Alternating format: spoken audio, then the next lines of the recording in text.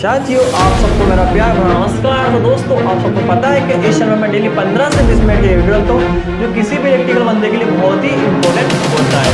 तो जैसे दोस्तों आपको पता है कि ये सब प्रीवियस ईयर के क्वेश्चन है जो दोस्तों रिपीट होते हैं हर बार एग्जाम में। तो चलिए दोस्तों, आज हम इसने स्टार्ट करते हैं। जैसे कि आप देख पा रहे होते हैं इसका पहला क्वेश्चन क्या बोलना चाह रहा था कि अपना पहला क्वेश्चन, ऑटो ट्रांसफार्मर व अन्य साधारण ट्रांसफार्मर में मुख्य अंतर क्या होता है। तो साथियों, आप सबको पता होना चाहिए एक ऑटो ट्रांसफार्मर भी होता है और एक होता है अपना ट्रांसफार्मर जो सामान्यतः लगे हुए होते हैं, है ना। घर के आजू बाजू में आप सबने देखा होगा, जिसे डिस्ट्रीब्यूशन ट्रांसफार्मर बोलते हैं। तो उन दोनों में मेन डिफरेंट क्या है ये हमें पूछना चाह रहा है। तो दोस्तों उसका आंसर आ जाएगा, ये इसका आंसर आ जाएगा कार्य सिद्धांत का। अब दोस्तों मैंने आपको आंसर तो बता दिया कार्य सिद्धांत का, बाकी ऑटो ट्रांसफार्मर क्या होता है और एक साधारण ट्रांसफार्मर होता है क्या होता है, इसके बारे में आपको मतलब दोनों के बारे में बहुत अच्छे से पता होना चाहिए। तो चलिए जानते हैं पहले हम ऑटो ट्रांसफार्मर के बारे में। तो साथियों, जो ऑटो ट्रांसफार्मर होता है यह क्या होता है, अपना मतलब कि सेल्फ इंडक्शन मतलब स्व प्रेरण, सेल्फ इंडक्शन स्व प्रेरण के सिद्धांत पे कार्य करता है, जिसको क्या बोलते हैं स्व प्रेरण के सिद्धांत पे कार्य करता है, जिसको बोलते हैं इंग्लिश में सेल्फ इंडक्शन। ठीक है, उसके सिद्धांत पे कार्य करता है। तथा दोस्तों इसके बारे में और आपको फैक्ट पता होना चाहिए कि जो अपना ऑटो ट्रांसफार्मर होता है उसमें साथियों क्या होता है, एक ही वाइंडिंग्स लगी होती है, मतलब एक ही वाइंडिंग वाले जो ट्रांसफार्मर होता है उसको ऑटो ट्रांसफार्मर बोलते हैं। अब इसको हम यूज़ कैसे करते हैं दोस्तों, ये हुई अपनी क्या होगी प्राइमरी वाइंडिंग। ठीक है, अगर हम सपोज इसको पूरा का पूरा सेकेंडरी में लोड लगा दिए इसके पूरी की पूरी इसमें, ठीक है, तो ये कहलाएगा अपना स्टेप अप ट्रांसफार्मर। क्या कहलाएगा, स्टेप अप, और ये हो जाएगी अपनी सेकेंडरी वाइंडिंग। ठीक है, अगर सपोज दोस्तों हम अगर इसको क्या करते हैं, देखिए इधर आधी ही यूज़ करेंगे, मान के चलो आधे में ही लोड लगा देते हैं, तो वो कहलाएगा अपना क्या कहलाएगा स्टेप डाउन ट्रांसफार्मर। ठीक है, तो देखिए इसमें क्या होता है एक ही वाइंडिंग होती है, उसी को हम यूज़ करते हैं। ठीक है, तो ये अपना हो गया ऑटो ट्रांसफार्मर। अब आपको पता होना चाहिए जो सामान्य ट्रांसफार्मर होते हैं वो किस सिद्धांत पर कार्य करता है, तो कैसे वर्क करता है। ठीक है, तो जो अपना जो ट्रांसफार्मर्स होते हैं साथियों, है ना, वो क्या करते हैं अपने म्यूचुअल इंडक्शन, जिसको क्या बोलते हैं सह प्रेरण। दोस्तों दोनों में बहुत बड़ा अंतर है। एक होता है जो अपना ऑटो ट्रांसफार्मर, वो होता है अपना स्व मतलब सेल्फ, और ये होता है दोस्तों सह प्रेरण। सह प्रेरण मतलब होता है म्यूचुअल इंडक्शन। ठीक है, इसी को हम क्या क्या नाम से बोलते हैं ये भी आपको पता होना चाहिए। तो दोस्तों इसको हम और क्या नाम से बुलाते हैं, अन्योन प्रेरण, अन्योन प्रेरण। ठीक है, और इसको बोलते हैं साथियों पारस्परिक प्रेरण तथा विद्युत चुम्बकीय प्रेरण, या फिर इसको हम बोल सकते हैं जो अपने फेराडे भी आते, ठीक है, उन्होंने क्या बताया था, फेराडे के विद्युत चुंबकीय प्रेरण। ठीक है, इसके सिद्धांत मतलब फेराडे के इलेक्ट्रोमैग्नेटिक इंडक्शन के सिद्धांत पे कार्य करता है। ठीक है, तो दोस्तों यह सब एग्जाम की दृष्टि से आपको पूरा पता होना चाहिए। जो ट्रांसफार्मर होता है म्यूचुअल इंडक्शन, सह प्रेरण, अन्योन प्रेरण तथा विद्युत चुम्बकीय प्रेरण, जो अपना सामान्य ट्रांसफार्मर होता है। ठीक है, और जो अपना ऑटो ट्रांसफार्मर होता है सेल्फ इंडक्शन स्व प्रेरण के सिद्धांत पे कार्य करता है। तो इसका आंसर क्या था, अपना कार्य सिद्धांत। ठीक है, क्वेश्चन क्लियर हो गया होगा आपको। आगे दोस्तों आपको इसके बारे में और ये भी पता होना चाहिए कि जो अपनी ट्रांसफार्मर की जो कोर होती है वो अपनी सिलिकॉन स्टील की बनी हुई होती है, जिसमें सिलिकॉन की मात्रा कितनी होती है साथियों, 3.8 से लेके 3.8% से लेके कितनी होती है 4.5% होती है। तथा जो कोर होती है उसे हम हिस्टेरिसिस लॉसेस को कम करने के लिए उसमें सिलिकॉन की मात्रा को मिलाते हैं। यह भी आपको क्वेश्चन क्लियर रहना चाहिए। ठीक है, तथा दोस्तों और एक लॉस होता है अपना जो कोर होता है, उसमें क्या होता है, एक अपना ईडी करंट लॉस होता है। ठीक है, ईडी करंट लॉस होता है, जिसको कम करने के लिए क्या करते हैं, कोर को पतली पतली मतलब पतली पतली पत्तियों के भांति काट के इसको बनाया जाता है। ठीक है, तथा इसकी जो कोर की मोटाई होती है वो कितनी होती है दोस्तों, 0.35 से लेके 0.5 mm में होती है, जो क्या करता है ईडी करंट लॉस को कम करता है। तो दोस्तों इससे रिलेटेड जो क्वेश्चन बनता था मैंने आपको बता दिया। आगे देखते हैं नेक्स्ट क्वेश्चन क्या बोलना चाह रहा है अपना क्वेश्चन, आर्मेचर की लेमिनेशन बनाई जाती है। मतलब ये वही क्वेश्चन आगे रिपीट हो गया अभी कभी कि जो आर्मेचर की जो कोर होती है किसकी बनाई जाती है, तो किसकी बनाई जाती है दोस्तों, सिलिकॉन स्टील की बनाई जाती है। अभी मैंने आपको बताया सिलिकॉन स्टील क्यों बनाई जाती है, ताकि हम हिस्टेरिसिस लॉस जो होता है बीएच कर्व होता है उसको हम डाउन या कम कर सके, जिससे अपने क्या हो, अपने जो भी लॉसेस होते हैं, जो बीएच कर्व होता है, बीएच लूप होता है, वो अगर छोटा होगा कम होगा तो अपने जितने भी लॉसेस होंगे वो क्या होंगे, कम होंगे। इसीलिए जो सिलिकॉन स्टील की मात्रा को बताया था हमने कितनी रखते हैं, ठीक है, उस सिलिकॉन स्टील से बनाया जाता है। ठीक है, आगे देखिए नेक्स्ट क्वेश्चन क्या बोलना चाह रहा है। नेक्स्ट क्वेश्चन है अपना इंसुलेशन प्रतिरोध का मान क्या होना चाहिए। तो जो इंसुलेशन होता है उसका प्रतिरोध का मान कितना होना चाहिए साथियों, 1 मेगा ओम होना चाहिए। ठीक है, आगे देखिए नेक्स्ट क्वेश्चन क्या बोलना चाह रहा है। एक स्प्लिट फेज मोटर का जो पावर फैक्टर होता है पीएफ होता है कितना होता है, 0.5 से लेकर 0.6 तक होता है। आगे देखिए नेक्स्ट क्वेश्चन, एसी के पिक फैक्टर का मान क्या होता है। तो जो अपना पिक फैक्टर होता है दोस्तों उसका मान कितना होता है, √2 होता है। यह आपको पता होना चाहिए। जो √2 होता है उसका मान कितना होता है, 1.414 होता है। तो यहाँ पे दिया नेक्स्ट क्वेश्चन, एनर्जी मीटर की चकती का बिना लोड के घूमना कौन सा दोष प्रदर्शित करता है। तो वह कौन सा दोष करता है, क्रिम्पिंग दोष को प्रदर्शित करता है। नेक्स्ट क्वेश्चन देखिए साथियों क्या बोलना चाह रहा है, प्रदीप्ति का मात्रक क्या होता है। तो प्रदीप्ति क्या होता है साथियों, यह होता है इल्यूमिनेशन। तो इसका मात्रक क्या कहलाता है, अपना लक्स कहलाता है। ठीक है, इल्यूमिनेशन का मात्रक क्या होता है, लक्स होता है। अब देखिए यहाँ कुछ और दूसरे मात्रक भी दिए हुए, तो आपको उसके बारे में भी जानकारी होना चाहिए, है ना। ठीक है, तो देखिए यहाँ पे दिया हुआ है, यहाँ पे ल्यूमेन दिया हुआ है। तो ल्यूमेन किसका मात्रक है साथियों, यह ज्योति फ्लक्स जो होती है, ज्योति फ्लक्स का जो मात्रक होता है क्या होता है, ल्यूमन होता है। ठीक है, यहाँ पे देखिए स्टेरेडियन लिखा हुआ है। तो यह किसका मात्रक है अपना, यह दोस्तों सॉलिड एंगल जिसको क्या बोलते हैं हम, ठोस कोण बोलते हैं। ठीक है, उसका यह मात्रक कौन, स्टेरेडियन। ठीक है, तथा जो एक होता है दोस्तों ओनली स्टेरेडियन होता है, तो वो किसका मात्रक होता है, समतल कोण का मात्रक क्या होता है, स्टेरेडियन होता है। ठीक है, तो क्वेश्चन में दोस्तों आपको क्लियर हो गया होगा कि जो इल्यूमिनेशन मतलब प्रदीप्ति उसका मात्रक लक्स है, ज्योति फ्लक्स का मात्रक ल्यूमेन है, ठोस कोण का मात्रक स्टेरेडियन है, तथा जो ज्योति तीव्रता होती है आपको इसका भी मात्रक पता होना चाहिए क्या होती है दोस्तों, उसका जो मतलब क्या बोलना चाहिए अपना मात्रक क्या होता है, ज्योति तीव्रता उसका मात्रक होता है दोस्तों कैंडला। ठीक है, आपको उसका भी मात्रक पता होना चाहिए। ठीक है, आगे देखते हैं नेक्स्ट क्वेश्चन, करंट की उपस्थिति ज्ञात होती है तो किसके माध्यम से होती है। जैसे कि आप प्रभाव देख पा रहे होंगे इसमें, तो उत्पन्न प्रभाव से उसकी उपस्थिति को हम चेक कर सकते हैं। ठीक, आगे देखिए नेक्स्ट क्वेश्चन साथियों। नेक्स्ट क्वेश्चन क्या बोलना चाह रहा है, एक समांतर परिपथ में 4 प्रतिरोधकों में से एक प्रतिरोध ओपन हो जाए तो परिपथ की धारा क्या होगी। तो दोस्तों जब भी ऐसी कंडीशन आती है तो आपको देखना है कि जो अपना परिपथ है वो श्रेणी में है या फिर समांतर में है। क्वेश्चन बोल रहा है साथियों समांतर में जुड़े हुए हैं, तो एक प्रतिरोध जो होता है मतलब प्रतिरोधक रजिस्टर क्या हो गया है, ओपन हो गया है। सपोज ये देखिए हमारे क्या लगे हुए, 4 रजिस्टेंस लगे हुए। ठीक है, देखिए ये लगे हुए हैं समांतर में लगे हुए, आपको पता है समांतर ऐसे ही बनता है। सपोज ये क्या हो गया, यहाँ से ब्रेक हो गया मतलब कि ओपन हो गया, तो इसमें जो बहने वाली धारा है दोस्तों वह क्या होगी, घट जाएगी। क्योंकि आपको पता होना चाहिए कि जो अपना समांतर क्रम होता है उसमें रजिस्टेंस देखिए, रजिस्टेंस प्रोपोर्शनल क्या होता है, 1/I होता है। क्योंकि इसमें क्या होता है दोस्तों, वोल्टेज सेम होता है, सबको वोल्टेज समान मिलता है। ठीक है, तो मतलब इसमें एक चीज़ ये भी पता होना चाहिए कि आपको जिसका जितना अधिक रेजिस्टेंस होगा उसमें उतनी कम धारा बहेगी। आपको पता होना चाहिए कि जो रेजिस्टेंस होता है उसका वर्क क्या होता है, धारा के मार्ग में रुकावट पैदा करना होता है। और यहाँ पे देखिए ये सब समांतर क्रम में जुड़े हुए हैं। तो सपोज कोई 5 ओम का है, कोई 10 ओम का है, तो उसके मान से उसमें धारा का प्रवाह होगा। लेकिन अपना क्वेश्चन था कि एक प्रतिरोधक ओपन हो जाए तो जो धारा होगी परिपथ की क्या होगी, तो वो क्या होगी दोस्तों, घट जाएगी। क्योंकि देखिए एक तो ब्रेक ही हो गया, यहाँ से हटी गया ना, तो जो धारा जा रही थी अब इसमें तो नहीं जाएंगे, अब ये इन्हीं में जाएगी ना जो उसमें जुड़े हुए परिपथों में।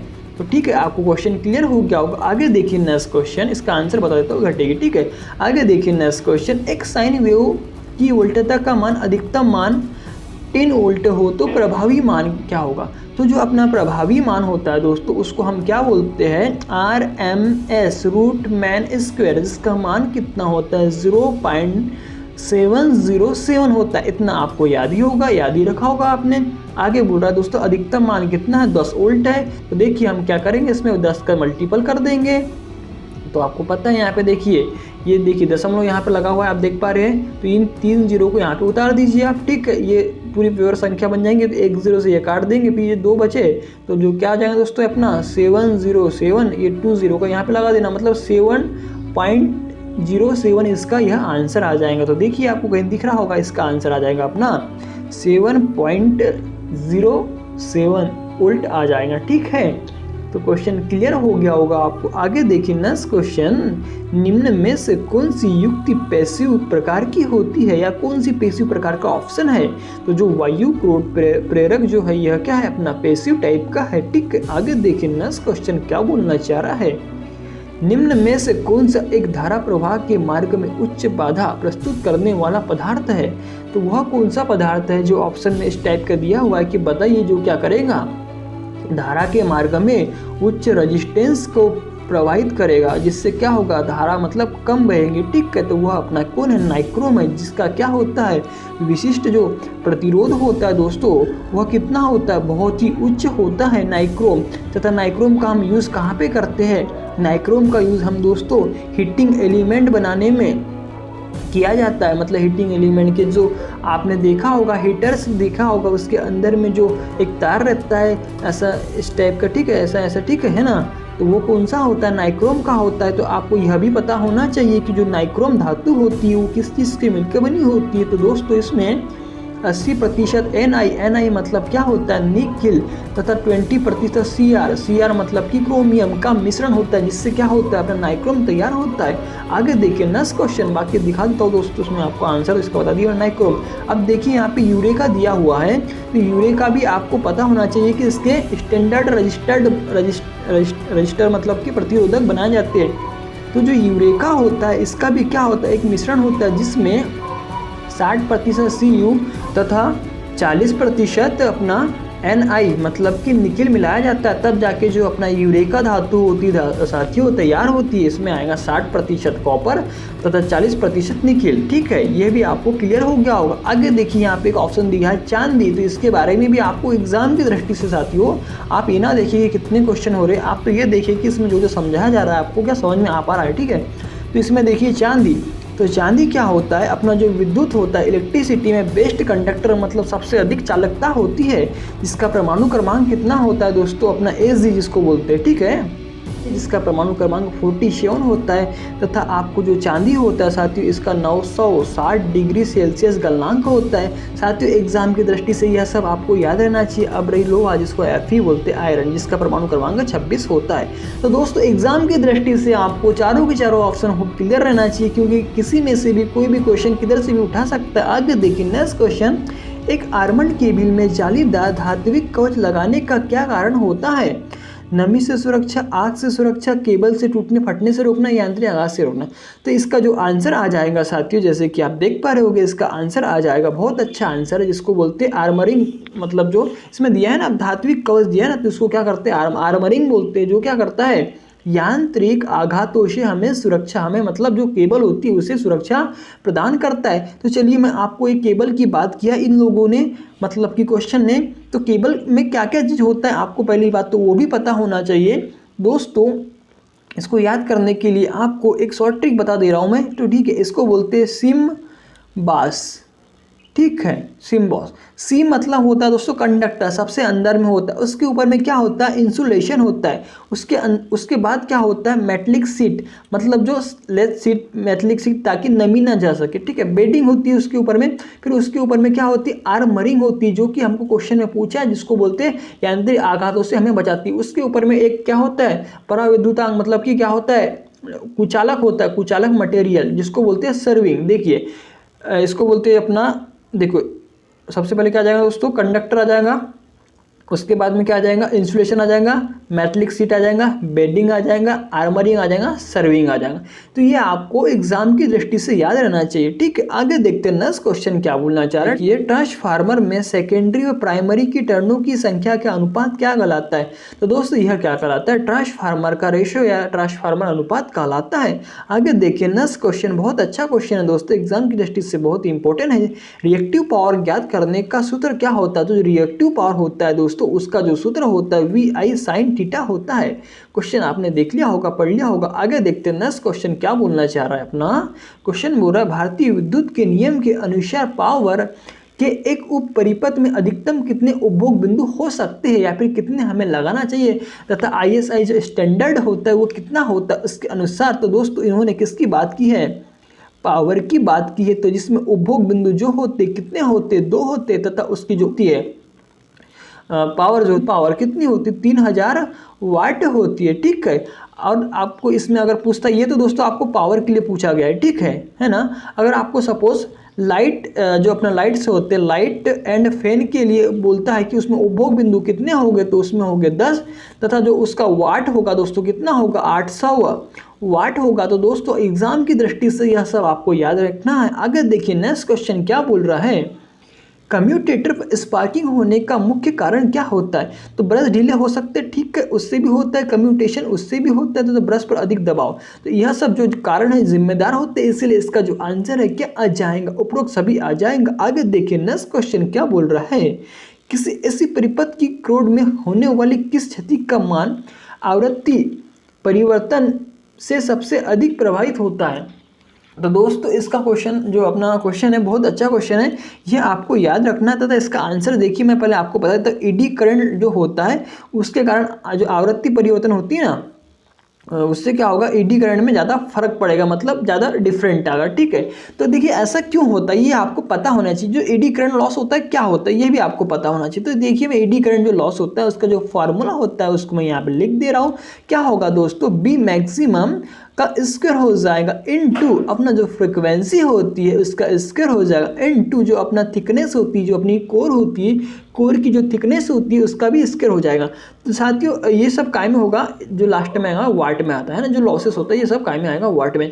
तो जो बी मैक्सिमम मतलब कि इसको बोलते हैं चुंबकीय फ्लक्स घनत्व, जो काय में होगा दोस्तों वेबर प्रति मीटर, या फिर इसको बोलते हैं टेस्ला में होता है, ठीक है। फ्रिक्वेंसी का स्क्वायर क्या हो जाएगा, फ्रिक्वेंसी का स्क्वायर हो जाएगा अपना जो फ्रिक्वेंसी होती है हर्ट्ज में हो जाएगी। तो जो थिकनेस होगी मतलब कोर की जो मोटाई होगी वो काय में होगी, एमएम में होगी, ठीक है, एमएम मतलब, ठीक है, समझ गए होगे। तो देखिए अब इन्होंने क्या बोला था कि आवृत्ति परिवर्तन से सबसे अधिक प्रभावित कौन होगा, तो कौन होगा अपना एडी करंट लॉस प्रभावित होगा। क्योंकि यहाँ पे देखिए अगर सपोज 50 पहले फ्रीक्वेंसी थी, अगर हमने इसको अभी 100 कर दिया या फिर 60 या 70 जो भी कर दिया, तो जो फ्रीक्वेंसी चेंज होगी वो स्क्वायर के फॉर्म में चेंज होगी ना, क्योंकि इसके ऊपर में स्क्वायर लगा हुआ है, इसीलिए इसमें एडी करंट लॉस अधिक प्रभावित होगा। ठीक, आगे देखते हैं नेक्स्ट क्वेश्चन क्या बोलना चाह रहा है। तो नेक्स्ट क्वेश्चन देखिए, एक 60 शंट कंपाउंड जनरेटर में शंट फील्ड वाइंडिंग जुड़ी होती है। तो दोस्तों इन्होंने हमें कौन सा जनरेटर पूछा है, 60 शंट कंपाउंड जनरेटर पूछा है। कंपाउंड जनरेटर का मतलब ही होता है दोस्तों उसमें क्या होता है, दो वाइंडिंग होती है, एक होती है सीरीज फील्ड वाइंडिंग और एक होती है शंट फील्ड वाइंडिंग, उसी को क्या बोलते हैं कंपाउंड जनरेटर बोलते हैं। ठीक है, अब देखिए इन्होंने 60 शंट में पूछा है और कौन सी वाइंडिंग के बारे में पूछा है, शंट फील्ड वाइंडिंग के बारे में पूछा है। जो क्या होती है, जो शंट फील्ड होती है साथियों आप सबको पता होना चाहिए कि ये जो क्या होती है पतले तार तथा अधिक टन की बनी होती है, जिसका रेजिस्टेंस लगभग कितना होता है दोस्तों 250 ओम तक होता है, क्योंकि जो रेजिस्टेंस की इकाई क्या होती है ओम होती है। चलिए क्वेश्चन था अपना, एक 60 शंट कंपाउंड जनरेटर में शंट फील्ड वाइंडिंग जुड़ी होती है, तो शंट फील्ड है दोस्तों मतलब कि समांतर मतलब कि जो आर्मेचर होता है उसके क्या होगी समांतर में जुड़ी होगी। और आपको वैसे ही पता होना चाहिए कि जो शंट फील्ड वाइंडिंग होती है समांतर क्रम में जुड़ी हुई होती है। ठीक है, तो क्वेश्चन में कोई बड़ी बात नहीं है, पता ही हो गया होगा आपको। ठीक है, आगे देखिए नेक्स्ट क्वेश्चन इसमें आ जाएगा आर्मेचर के समांतर क्रम। आगे देखिए नेक्स्ट क्वेश्चन क्या बोलना चाह रहा है अपना, डेनियल सेल का विद्युत वाहक बल कितना होता है। जो डेनियल सेल होता है दोस्तों एक प्राइमरी सेल होता है। ठीक है, प्राइमरी सेल के अंतर्गत आता है जिसका विद्युत वाहक बल मतलब इलेक्ट्रोमोटिव फोर्स कितना होता है साथियों 1.1 वोल्ट होता है। आगे देखिए नेक्स्ट क्वेश्चन क्या बोलना चाह रहा है अपना, देखिए नेक्स्ट क्वेश्चन बहुत ही इंपॉर्टेंट क्वेश्चन है। अर्थ प्लेट को भूमि में किस अवस्था में स्थापित किया जाता है। तो दोस्तों आप सबको पता होगा कि हम जो अर्थिंग्स करते हैं घरों में इंडस्ट्रियल में वह क्या होता है, दो टाइप की होती, कौन सी अपना पाइप अर्थिंग होती है, एक होती है प्लेट अर्थिंग। ठीक है, तो यह पूछना चाह रहा है अपना क्वेश्चन कि जो प्लेट अर्थिंग होती है उसे हम हॉरिजॉन्टल रखते हैं ज़मीन के अंदर में या फिर वर्टिकल रखते हैं। तो दोस्तों आपको यह बात का विशेष ध्यान रखना है, जब भी आप प्लेट अर्थिंग करें तो उस समय जो प्लेट की जो उसको किस वर्टिकल मतलब कि हॉरिजॉन्टल कंडीशन में ही रखना है आपको। ठीक है, तो क्वेश्चन क्लियर हो गया होगा। लेकिन साथ ही मैं आपको इसके साथ में और एक चीज़ बताना चाहूँ कि जो अपना अर्थिंग होती है, जो प्लेट अर्थिंग होती है वो क्या होती है, दो प्रकार की होती है। दो प्रकार की कैसे होती है इन सेंस मतलब दोस्तों कि जो अर्थिंग है ना उसमें क्या होता है, एक होता है जीआई प्लेट, अर्थिंग प्लेट किस किस की होती है, जीआई मतलब गैल्वेनाइज्ड आयरन, सेकंड होती है सीयू, सीयू मतलब होता है दोस्तों कॉपर। ठीक है, तो इसमें क्या होगा कि जो Gi की होगी और जो कॉपर की होगी, ये दोनों क्या होती है, प्लेट होती है। तो इसमें आपको लंबाई चौड़ाई तथा थिकनेस कितनी कितनी होती है ये एग्जाम में पूछा जाता है। तो साथियों मैं आपको जो Gi होती है गैल्वेनाइज्ड आयरन की, तो वो कितनी होती है आपको याद रखना है। तो देखिए दोस्तों, इसमें जो मोटाई बोलता हूँ, अपना जो इसकी लंबाई कितनी, तो 60 × के 60 सेंटीमीटर, लंबाई 60 चौड़ाई 60 सेंटीमीटर में होगी। ठीक है, आगे इसकी जो थिकनेस होती है दोस्तों वो कितनी होती है, 6.35 mm में। ठीक है, तो आपको हमेशा याद रखना है जो लंबाई चौड़ाई होगी वो काय में होगी, सेंटीमीटर में होगी, तथा जो अपना थिकनेस होगी वो काय में होगी दोस्तों, mm में होगी। ठीक है, आगे देखिए, आपको मैं जो अपना कॉपर है इसके बारे में बता देता हूँ। ठीक है, कॉपर, तो कॉपर की जो लंबाई चौड़ाई वो कितनी होती है दोस्तों, 60 सेंटीमीटर इंटू के 60 सेंटीमीटर, तथा इसकी जो थिकनेस होगी वो कितनी होगी, 3.18 होगी। ठीक है, जस्ट जो Gi है उसका आधा हो जाता है। ठीक है, ये काय में होगी, mm में होगी। ठीक है, तो दोस्तों ये क्वेश्चन याद रखिएगा, एग्जाम की दृष्टि से इंपॉर्टेंट है। आगे देखिए नेक्स्ट क्वेश्चन क्या बोलना चाह रहा है अपना, एक 20 वाट की फ्लोरोसेंट ट्यूबलाइट की औसत लंबाई होती है।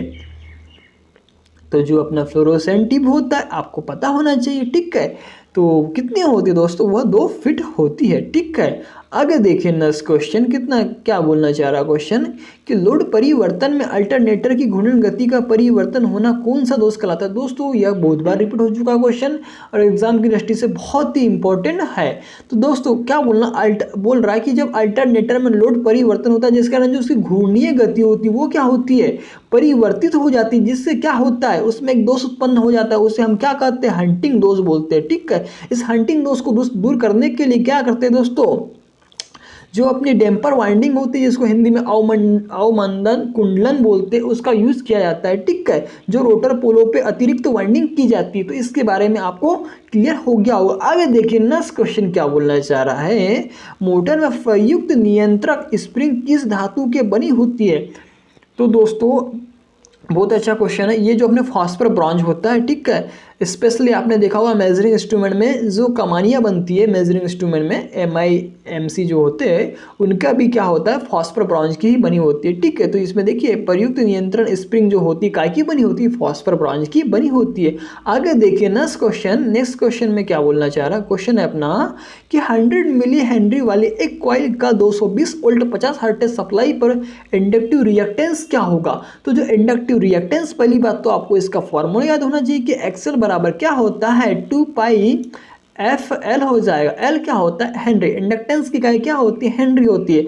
लेकिन आपको बोलता है कि इंडक्टिव रिएक्टेंस की इकाई क्या होती है। अगर आपको क्वेश्चन में ऐसा पूछता है तो आपको वहाँ ओम लगाना है, और ओनली इंडक्टेंस की पूछता है तो उसमें आपको हेनरी लगाना है। ठीक है, ये क्वेश्चन बनते हैं ऐसे, इसलिए मैं आपको बता दे रहा हूँ। ठीक है, तो क्वेश्चन था अपना कि 250 वोल्ट की सप्लाई है, 50 हर्ट्ज की सप्लाई है। ठीक है, इंडक्टिव रिएक्टेंस क्या होगा, तो देखिए 2 आपको पता है, देखिए हम क्या करेंगे इसमें इसका मान रख देंगे, 2 × 22/7 होता है, आपको पता है पाई का मान। ठीक है, फ्रीक्वेंसी कितनी, 50 हर्ट्ज दी हुई है, इंडक्टेंस कितना दिया हुआ है, 100 मिली हेनरी का दिया हुआ है। ठीक है, देखिए मैं इसको एक बार फिर से क्लियर करके लिख देता हूँ, एक्सल बराबर 2 × के 22/7 × के 50 × के कितना आ जाएगा, 100 है ना।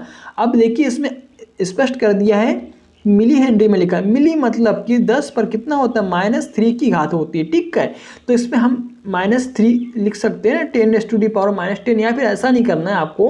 तो ये जब माइनस को नीचे में ले जाएंगे तो ये 3 0 नीचे में लग जाएंगे। ठीक है, तो देखिए 1 2 3 1 2 3 कट गए तीनों के तीनों, क्या बचा है इसमें, 22 दूनी 44 हो जाएगा। ठीक है, और 44 पंचे दोस्तों गुना कर लीजिए, आपको पता हो जाएगा। उसके बाद उसमें क्या करना, 7 का भाग दे देना है। तो आपका जो आंसर आएगा कितना आएगा साथियों, आंसर आपका आ जाएगा 31.4 ओम आ जाएगा। करके देखिए इतना ही आंसर आ रहा है। ठीक है, तो दोस्तों आपको आज का सेशन कैसा लगा मुझे कमेंट बॉक्स में जरूर बताइए, और दोस्तों आपको अच्छा लगा तो जरूर लाइक करें, दोस्तों को भी शेयर करें, क्योंकि दोस्तों जो आपने आगामी DRD के एग्जाम है उसका जो लेवल है इसी लेवल के क्वेश्चन उसमें रिपीट होते हैं, क्योंकि जो अपने 2019 में एग्जाम हुई थी सेम इसी पैटर्न और यही लेवल से उसका एग्जाम का जो लेवल था यही था।